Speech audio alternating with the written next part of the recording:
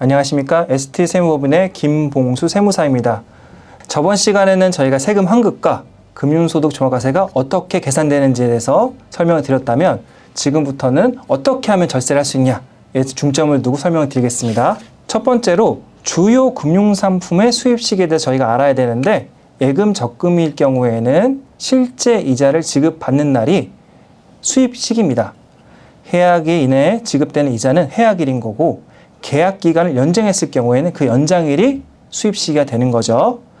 상장 주식과 비상장 주식에 배당이 발생했을 경우에는 실제 지급일이 아니고 잉여분, 처분, 결의이 되는 겁니다. 저축성 보험의 보험 차익인 경우에는 보험금 또는 환급일의 지급일이 되는 거죠. 채권 등 보유기간 이자의 상당액은 채권의 매도일 또는 이자 지급일입니다. 배당형 ETF나 리츠 같은 상품일 경우에는 실제 그 금액을 지급받는 날이 수입 시기가 되는 거죠. 저희가 이 절세 플랜을 짤 때 가장 처음으로 생각해 봐야 할 거는 이 소득을 분산하는 거죠. 그럼 어떻게 분산하는지 첫 번째 케이스를 보시게 되면 첫 번째 월 지급식 ELS를 활용하는 방법입니다. 1억 원 가입을 한다는 가정하에 설명을 드릴게요. 23년도 1월 1일 날 가입을 하는 거고 3년 만기입니다. 수익률은 8%인 거예요. 이 말즉슨 이 3년도랑 4년도에는 수익이 발생하지 않아요. 만기 25년도에만 수익이 발생하는 거죠. 그렇게 되면 1억에 8%씩 3년 해서 24% 수익을 계산하게 되는 거고 25년도에는 2,400만 원의 수익이 생기는 겁니다. 그런데 만약에 월 지급식이라면 매년 동일한 금액의 수입이 생기는 거죠. 그래서 23년도에도 800만 원, 24년도에도 800만 원, 25년도에도 800만 원입니다. 그렇게 되면 첫 번째 일반 펀드의 경우에는 25년도에 종합과세 대상이 되지만 월 지급식 이해를 했을 경우에는 매년 2천만 원이 넘지 않기 때문에 전부 분리과세로만 납세 의무가 종결됩니다. 두 번째, 증여를 통해 소득을 분산할 수 있는데요. 이거 굉장히 유명한 방법인 거죠. 제일 많이 쓰는 방법이기도 하고요. 바로 증여재산 공제를 통해서 소득을 분산하는 방법에 설명을 드릴게요. 만약 수증자는 거주자만 가능해요. 그리고 10년 이내에 공제 가능 금액에 대해서 저희가 알아볼 필요가 있는데 배우자가 만약 증여하게 되면 6억까지는 소득 공제가 되는 거예요. 두 번째로는 직계 존속이 아버지가 예를 들어 직계 비속 아들에게 증여했을 경우에는 5천만 원까지 소득 공제가 되는 겁니다. 만약에 아들이 미성년자예요. 그랬을 경우에 2천만 원 소득 공제가 되는 거고요. 반대로 아들이 아버지한테 증여를 했을 경우에는 마찬가지로 5천만 원 공제가 되는 겁니다. 기타 친족이 증여했을 경우에는 1,000만 원 공제가 되는 거예요. 그런데 여기서 끝나는 게 아니고 24년도에 개정된 세법이 있는 거죠. 혼인, 출산했을 경우 추가 공제가 가능하다. 설명을 드리자면 직계 존속으로부터 혼인일 전후 2년 이내 증여를 받는 경우 1억 원 추가 공제가 가능하다. 두 번째, 직계 존속으로부터 자녀 출산일 또는 입양일로부터 2년 이내 증여받는 경우 마찬가지로 1억 추가가 공제가 가능하다 생각하시면 될 것 같아요. 자, 예를 보시게 되면 2025년 7월 7일 날 결혼을 할 거예요. 저는 성년인 거죠, 당연히. 거주자인 거고요. 그런데 알고 봤더니 24년도 5월 5일 날 아버지로부터 이미 2천만 원 증여받은 적이 있어요. 이랬을 경우 25년도 5월 30일 현재 아버지로부터 추가 공제를 받을 수 있는 맥시멈 금액 얼마냐 고민되는 거죠. 실질적으로 2천만 원을 미리 받았기 때문에 나머지 금액을 알아야지만 우리는 그 금액 한도로 증여를 받을 수 있게 되는 거죠. 자, 정답은 바로 기본 공제 5천만 원, 10년 동안 5천만 원 받을 수 있는 거죠. 거기에 우리 이미 2천만 원 공제를 받았어. 그렇기 때문에 3천만 원만 추가로 비과세 혜택을 받는 거고요. 나머지 저는 7월 7일 날 결혼을 하기 때문에 1억 원 추가 공제를 받을 수 있는 거죠. 그래서 정답은 총 1억 3천 추가 공제가 가능하다. 다시 하나 예를 들자면 금융사무 8억을 보유하고 있고요. 예금 수익률은 4%예요. 그래서 연수익은 3,200만 원인데 만약에 단독으로 8억을 전부 보유하고 있다 그러면 수익 금액은 3,200만 원이 되는 거고 당연히 종합과세가 되는 거죠. 근데 만약에 배우자한테 10년 동안 증여한 적이 없어. 그랬을 경우 절반인 4억을 증여하게 되는 거예요. 그랬을 경우에는 3,200만 원 절반인 1,600만 원씩 수익을 보유하게 되는 거고 그러면 두 분 다 전부 분리과세로만 납세 의무가 종결된다 생각하시면 될 것 같아요. 다음은 비과세 금융상품에 대해 설명을 드릴게요. 비과세 금융상품은 사실은 이제는 거의 많지는 않아요. 실질적으로 존재하는 것들도 요건이 까다롭기 때문에 한번 요거는 체크해 보시고 가입을 하셔야 될 거예요. 자, 첫 번째 비과세 종합저축 같은 경우에는 만 65세 거주자, 장애인, 독립유공자, 그 유가족과 가족, 국가유공 상이자 등과 같이 제한된 사람들만 가입할 수 있어요. 그리고 여기서도 나오죠. 2020년 1월 2일 이후 가입자는 직전 상계년도 내 1회 이상 금융소득 종합과세 대상이 아닐 것. 아까 말씀드린 대로 금융소득 종합과세가 되게 되면 비과세 상품 등의 가입의 제약이 심하다. 두 번째, 저축 한도는 계약 금액이 5천만 원입니다. 세 번째, 저축 기간은 제한이 없어요. 비고로는 계약 기간 이후 발생한 소득은 비과세에서 제외된다 생각하시면 될 것 같고요. 두 번째 비과세 상품은 장기 저축성 보험 비과세예요. 보시면 월 지급식 저축보험, 두 번째 상속형 저축성 보험, 세 번째 종신형 저축성 보험입니다. 이렇게 여러 가지 저축성 보험이 있지만 여기서 핵심은 전부 계약 기간이 10년 이상이다. 말씀드린 대로 장기 10년 이상의 저축성 보험을 가입해야지만 거기서 발생하는 수입에 대해서는 비과세 혜택이 있다 생각하시면 될 것 같아요. 자, 세 번째로는 또 나왔죠. IS 계좌, ISA 계좌, 개인 종합자산관리 계좌입니다. 이 ISA 계좌는 비과세가 될 수도 있고 분리과세가 될 수도 있죠. 이 시간에는 분리과세 규정에서 설명을 드릴 거고요. 가입 자격은 가입일 또는 연장일 현재 거주자여야 돼요. 그 다음에 19세 이상이어야 되는데 전년도 근로소득이 있었을 경우에는 15세 이상 근로자도 가입이 가능합니다. 또 밑에 보시면 또 나오죠. 직전 3개년도 내 1회 이상 금융소득 종합과세 대상은 가입을 못한다. 굉장히 중요한 내용인 거죠. 그 다음 저축 한도는 연간 2천만 원, 총 5년간 총 1억 가입이 가능합니다. 납입 한도는 2월 적용 가능해요. 그래서 의무 가입 기간을 보시게 되면 총 3년, 중도 해지 시에는 기존에 받았던 비과세, 분리과세 혜택은 추징되게 돼 있어요. 가입할 수 있는 상품은 예금, 적금, 채권, 상여주식 다양합니다. 두 번째로 ISA 계좌의 비과세와 분리과세 개념에 대해 설명을 드릴 건데 첫 번째 비과세입니다. ISA 계좌에서 발생하는 금액의 200만 원까지는 비과세돼요.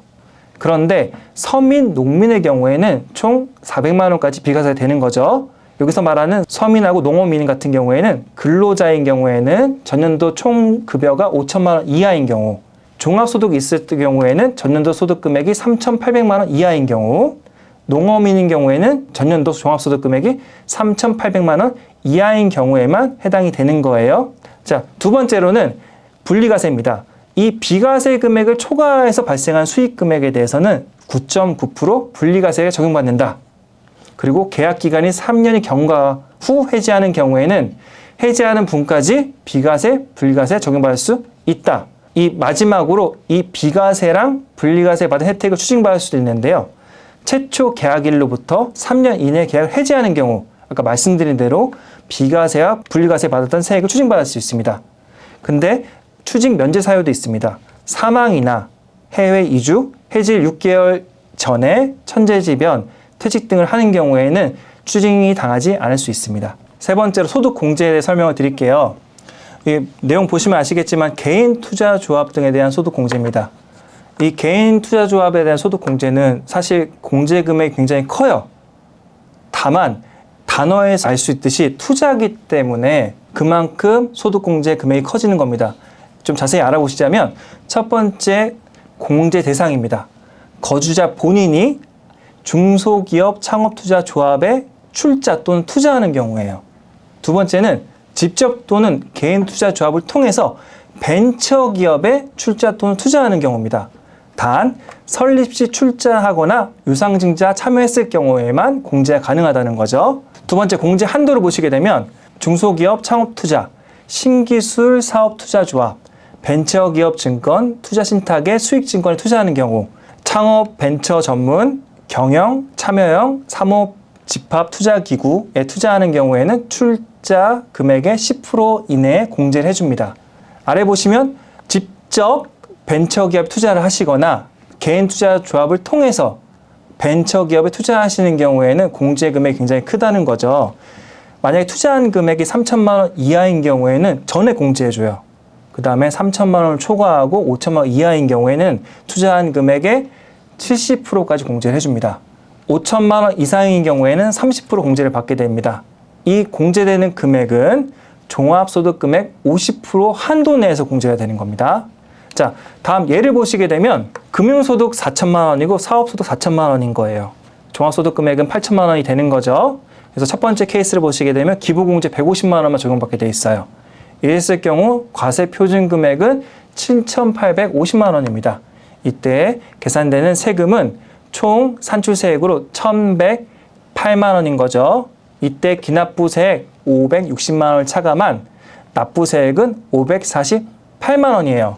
근데 오른쪽을 보시게 되면 아까 말씀드린 대로 개인 투자조합에 2천만 원 투자를 하신 거죠, 이분이. 그랬을 경우 종합소득 금액은 마찬가지로 8천만 원에서 기본공제 150과 개인 투자조합에 출자한 금액 2천만 원 전액 공제되는 거예요. 아까 말씀드렸듯이 3천만 원까지는 100% 공제가 된다. 굉장히 공제 금액이 크다.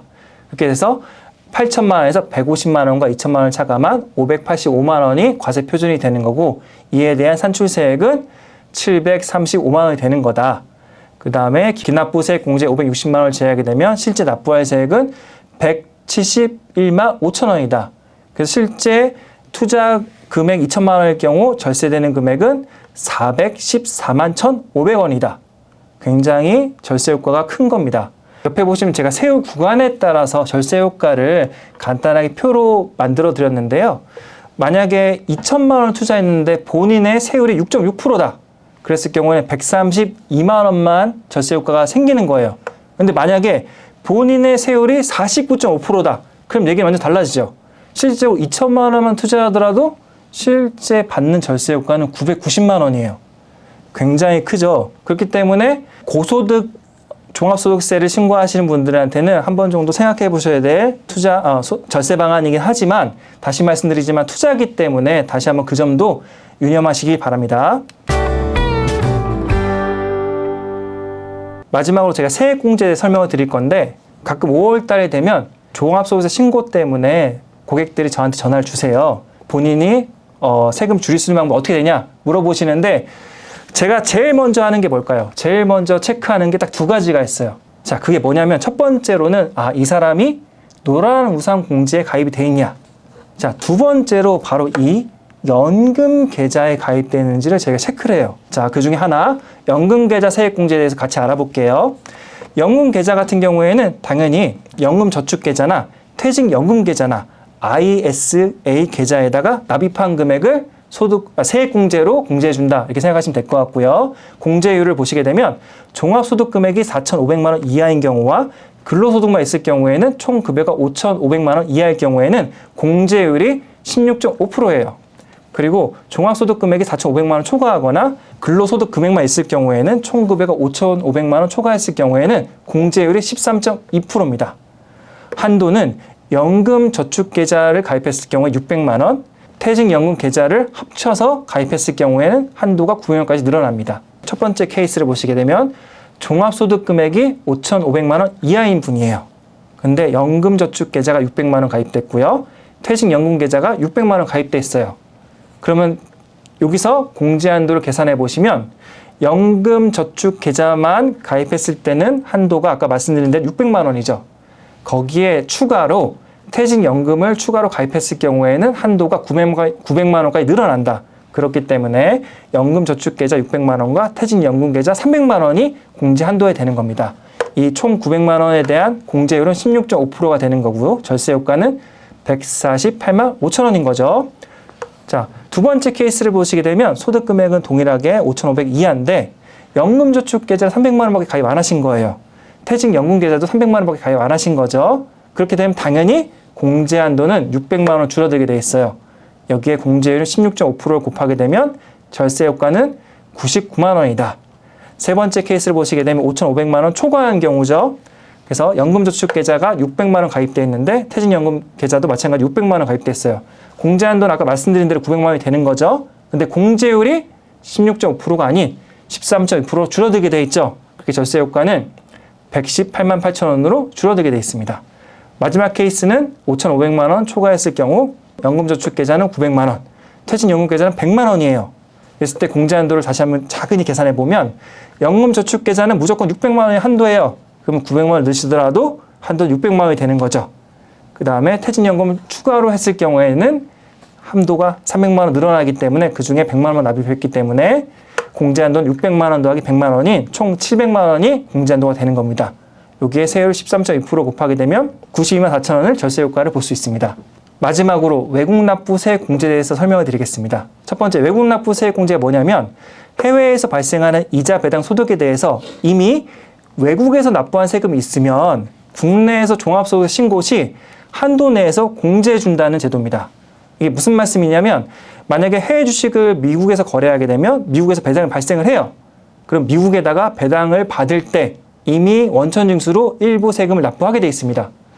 그 투자자가 국내에서 종합소득 신고를 할 때는 미국에 낸 세금을 공제 한도 내에서 공제를 해준다, 이런 내용인 거죠. 근데 이거를 왜 제가 굳이 가져왔냐면 지금 5월 달에 종합소득 신고를 하다 보면 대부분 금융소득 종합과세 대상자들이 홈택스를 통해서 종합소득 금액을 조회해서 신고를 하게 돼 있어요. 근데 이 홈택스를 통해서 조회하는 종합소득 금액 같은 경우에는 국내 증권사에서 원천징수가 되거나 지급한 금액에 대해서만 조회가 가능한 거예요. 근데 아까 말씀드렸듯이 외국납부 세액공제는 미국에 낸 세금을 공제해 주는 거죠.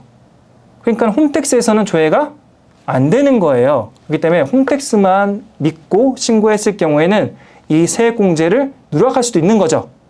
물론 제가 저번 시간에 말씀드렸던 세금 환급 제도를 통해서 추후에 환급받을 수도 있겠지만 이번 시간에는 정확하게 세금을 계산하는 게 더 중요하기 때문에 이랬을 경우에는 홈택스만 가지고 신고하는 게 아니라 각 실제 투자 증권사에다가 외국납부세 명세서를 별도로 받으셔야 돼요. 그래서 이 별도로 받으신 외국납부세 공제 명세서를 홈택스 자료와 포함시켜서 계산해야지만 불이익이 없다. 이 점 명심하시기 바랍니다. 지금까지 금융소득 종합과세 절세 방안을 설명을 드렸어요. 자, 5월이 되면 항상 찾아오는 게 종합소득세 신고죠.